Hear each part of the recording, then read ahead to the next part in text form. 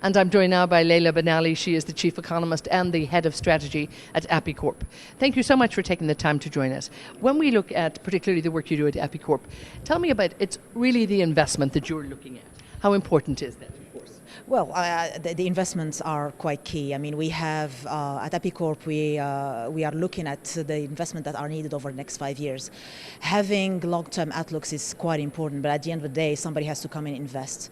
And we provide support to the energy sector in forms of equity and debt, etc. So for us, in our investment outlook, we are looking at something around $360 billion that are needed just in the MENA region over the next 5 years, which are committed actually in oil, gas, power, petrochemicals. But the majority of those investments are needed in the oil and gas sector.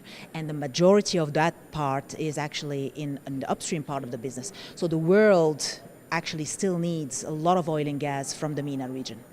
And indeed, even though we talk about the transition in the energy market, I mean, we're a long way from there. And I think that was very much part of the highlight of the discussion here too at this Energies Outlook, in terms of the fact that more investment is needed. And again, if it's not coming, I think we're probably all in danger, are we? Well, I mean, here again, we don't want to be too alarmist. I mean, the energy sector has been going through several periods of ups and downs, and people were talking about peak supply and then peak demand, and we ended up today in a situation where climate change is actually quite high on government agendas and policymakers' agendas. At the end of the day, I think one interesting key message that was given today is the time to transition is quite long for any form of energy, and I think renewables, just like the nuclear industry, I would say, is going through a very rapid transition and taking up a lot of market shares quite rapidly in the energy sector. But here again, this was, like for the nuclear industry, very much helped by government policies. So at the end of the day, the governments are the ones and the policymakers are the ones who are actually sending the right signals for the types of industries that they want.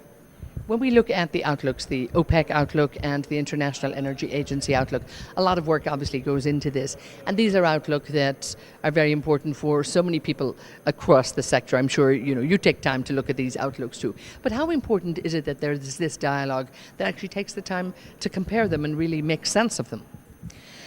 I mean, these outlooks are key. I've been through, I've lived through the 2008 crisis, when oil prices hit $147, if you remember, in July 2008, and hit the bottom of $31 in just a matter of few months.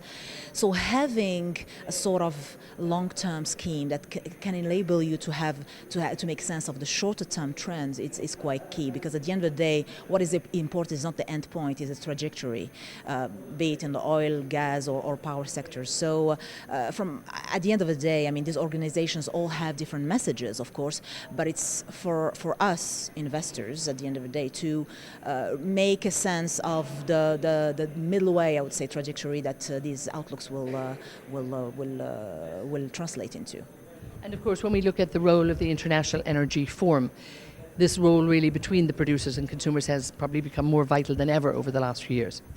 I think the role that the IEF has played over the last decade, it has been quite key in bringing together in the same room the producers and the consumers and facilitating the dialogue. Of course, there are a lot of things to be done, and usually one thing that we always look at in this industry is the transparency of data. But I think the world in that specific part of the value chain is quite different today than it was 10 years ago, because the Internet of Things, the satellite imaging. I mean, we see a lot of startups who are looking at whatever is available from the internet, in social media, through satellite imaging, and making sense of the number of tankers, for example, which are being traded every day. So that sort of additional transparency actually helps with the work of organizations like the IEF to maintain some sort of stability in the market. Super. Okay, well, thank you so much for taking the time. Thank you, Edney. Thank you.